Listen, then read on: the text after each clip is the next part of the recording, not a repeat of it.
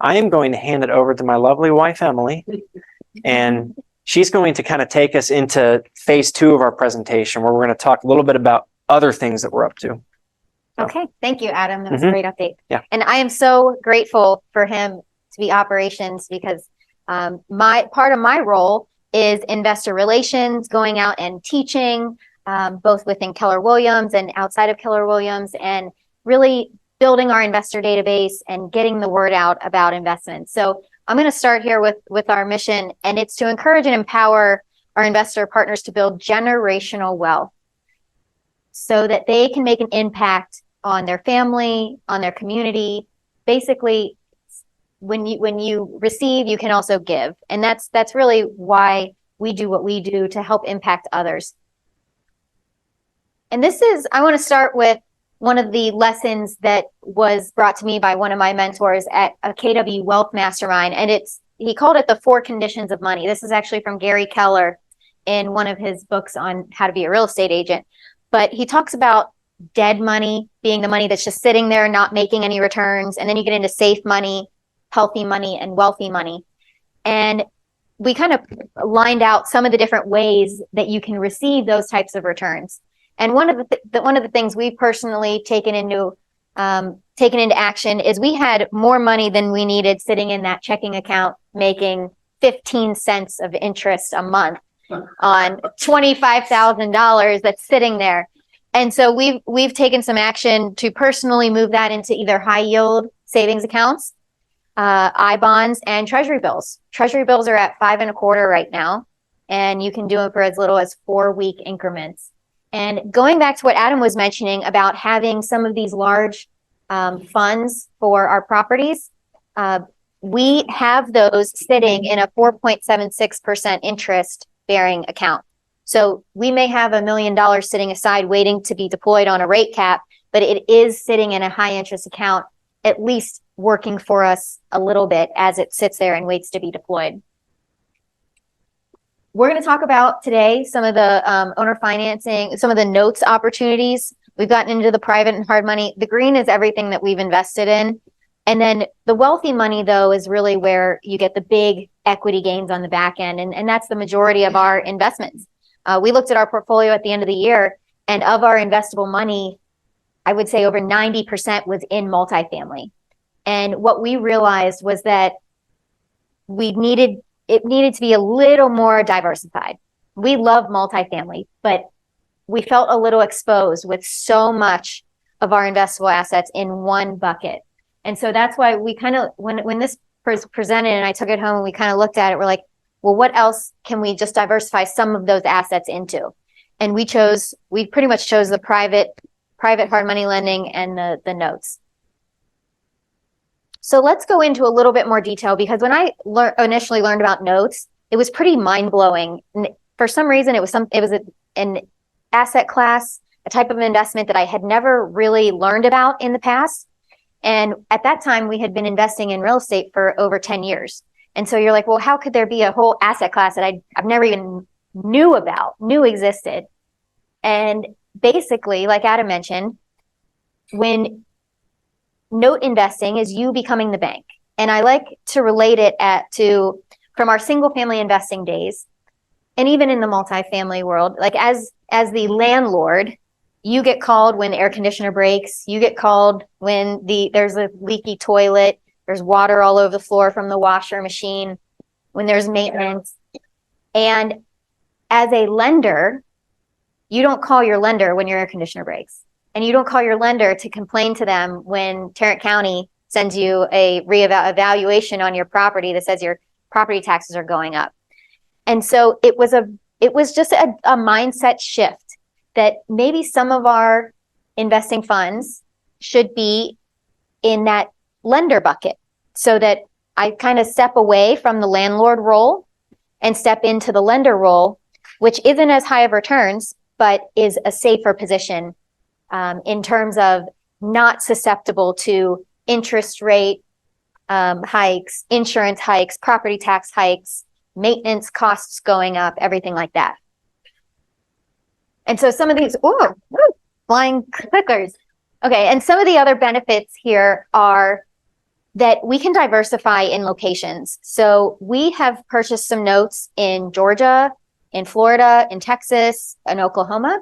I don't have, because I'm not the landlord, I don't necessarily have to be there, but it allows me to go into a variety of states. And we do look at, oh, is this state a judicial foreclosure state? Is it a non-judicial foreclosure state? Like, how easy is it to foreclose? Similar to the way we do with multifamily and single family. Is this a landlord friendly state or is this a tenant friendly state? And we invest in landlord friendly states. Well, we invest in lender friendly states now.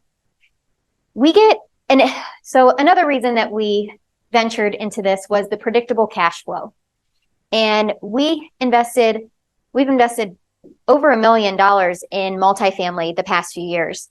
And the cash flow that we're receiving on the investments today, and a lot of that was in passive investments in other people's deals too. But the cash flow just isn't what we thought it was going to be. And we said, well, I need some of my money to cash flow. Like, it doesn't have to be all of it. I can put some of it away for big equity gains and big gains on the back end. But some of it I want to actively cash flow for me every single month. And that is what Notes allows us to do. It gives us a very stable monthly income. And then the risk position, we're buying discounted notes, and we'll talk a little bit more about that. But I'll give an example. If the note is a $50,000 note, the house might be worth $150,000 or $200,000. So we're in a pretty safe position in terms of the ratio of the loan amount to the actual home price. And as the bank, the lender is in one of the least riskiest position in terms of the fluctuations, like we talked about: insurance, taxes, maintenance costs. The cost of labor has gone up, the cost of materials has gone up. The lender is really immune to a lot of those. And so we have introduced two different types of investing opportunities. And the first one is the shortest term. And it is basically a simple promissory note to A&E Real Estate Group, our entity, at a flat 6% interest rate. And so 2-year term, 3-year term, straight 6%. It's not tied to a house. It's personally guaranteed. But this is, I would say, the shortest term investment. The promissory note is drafted. It's available. If anybody wants to look at it, have your attorney look at it, read it through. It's available. It's ready. There's just fill in the blanks for start date, end date, things like that, entities. The second option, which we're going to spend a few more minutes going into more detail, is to actually buy a note. And there's different ways to do that. We're going to see some different examples here. But the yield, which in this was another learning experience for me, when you talk about long-term cash flow streams, you don't really talk ROI, you talk yield. It's just, they corrected me when I started to use ROI. They're like, no, it's yield, because yield takes into account the time of money. And because these are such longer term investments, it's important to say yield. Now the cash flow, which we'll kind of go through, can be 8% or more. And we'll see examples where it's close to 20%. But you have to remember that with notes, the cash flow, the money coming back is principal and interest. So the cash flow includes your principal pay down, if that makes sense. So if I lend you, if you let, $50,000 note over 5 years, 10 years, the amount that you get back in payments includes that original $50,000. Now this one can vary. These may be 4 years. It could be 8 years. It could be 20 years. We bought 5 notes. They range from 3 years to 18 years in length. Now, statistically, some of them will sell over the next few years. Not everybody's going to stay in their house 18 years. But just know that there are longer term investment options, and there are, I would say, mid-length 4, 5, 6+ year investment options. So let's go into, I want to talk about like, who is this for? Option 1, the promissory note. This is really just for somebody who says, I want to just invest for 2 to 3 years and I want to be out, like for sure out. Option 2 has very flexible terms in terms of how much do you want to invest? And we can customize it to say, okay, I want to invest 100,000. I'm looking for something that's around 5 years. We could put together a note that meets that criteria. This is also higher returns than option 1. Option 1 is shorter time frame, smaller returns, basically. What's important to note is that both are available for self-directed IRA.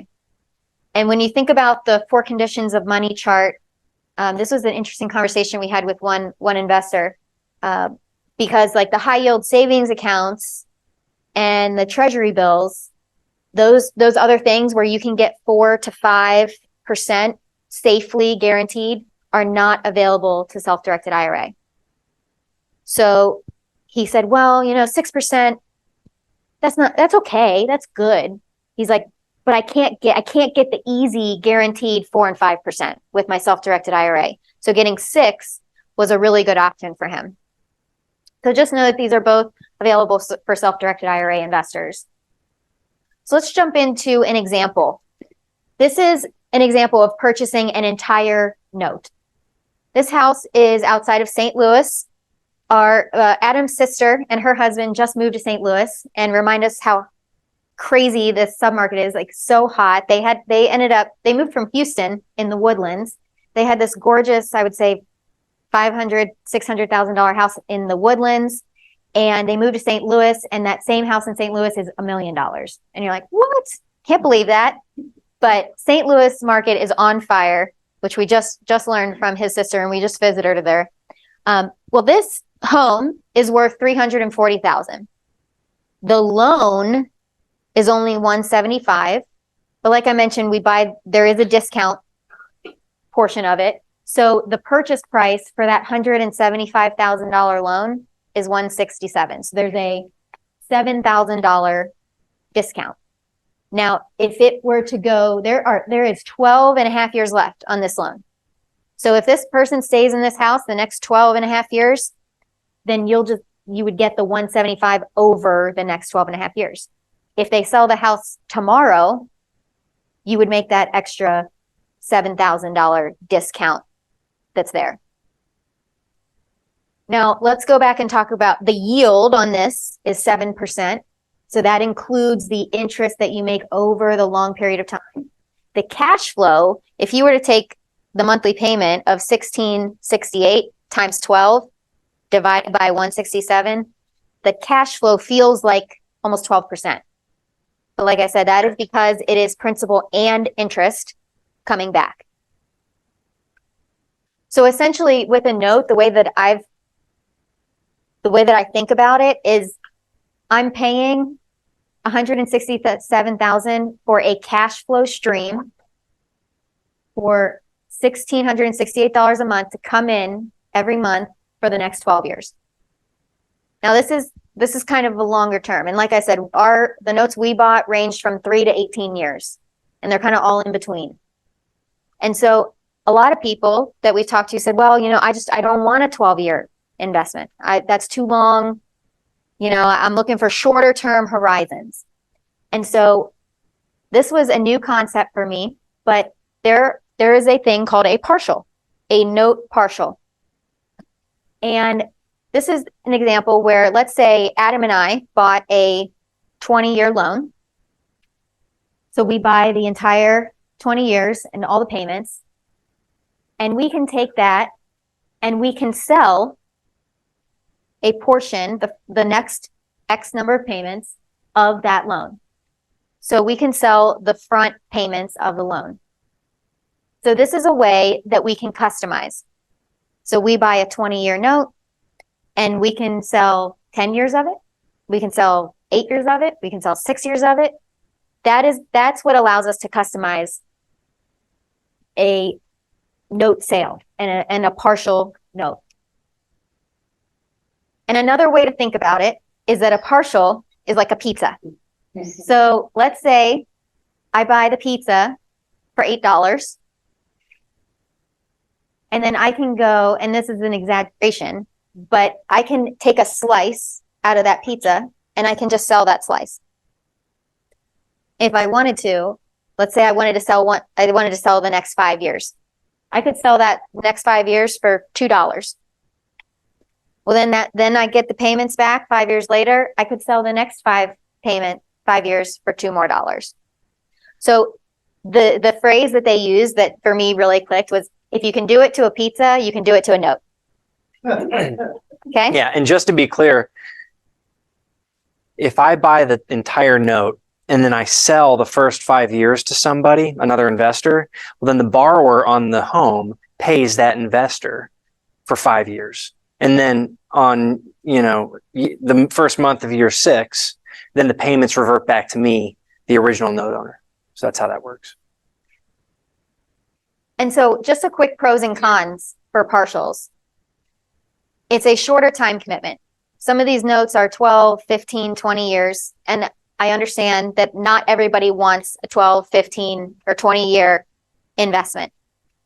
So we are able to customize the lengths just based on how many payments we sell, which is really, really interesting.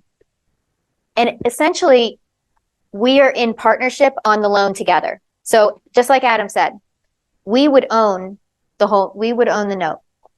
We could sell the next 5 years of payments. The next 5 years of payments go to you. And then once the 61st payment comes, they come back to us. But we are in ownership of this note together, essentially. So we would manage if this borrower starts slow pay or issues or modification needs made, that's something that Adam and I would step in and handle. So we are still, I would say, we're still the note owners. Now, this kind of goes into the con. The downside of buying a partial instead of the entire note is that you're not getting that discount. So when we talk about buying the entire note, whether it's a $7,000 discount, whether it's a $10,000 discount, on the day that they sell, when you buy the whole note, on the day they sell, you get to realize that discount. With a partial, there is no discount. It's a set price, it's a set amortization schedule, and that's really the only downside, is that there isn't that discount aspect to it. But that's kind of the trade-off to the shorter return. Now, you could buy a 20-year note and it could sell next year. You could buy a 20-year note with a $10,000 discount, and you're just kind of taking the chance that it probably won't go 20 years, because there's not very many people that live in their homes 20, 30 years anymore. Or keep the same loan. A lot of people, Yeah. especially nowadays, in this environment, a lot of folks have been in this business for a while, expect refinances to start occurring here in the next 3-4 years as rates do their cycle, right? We've kind of maybe hit the top of the rate curve, and a lot of the loans that are on the secondary market may actually refinance in the next couple of years. So we look at a couple different things. The question was qualification. We look at the payment history. We get all of that from the previous servicer.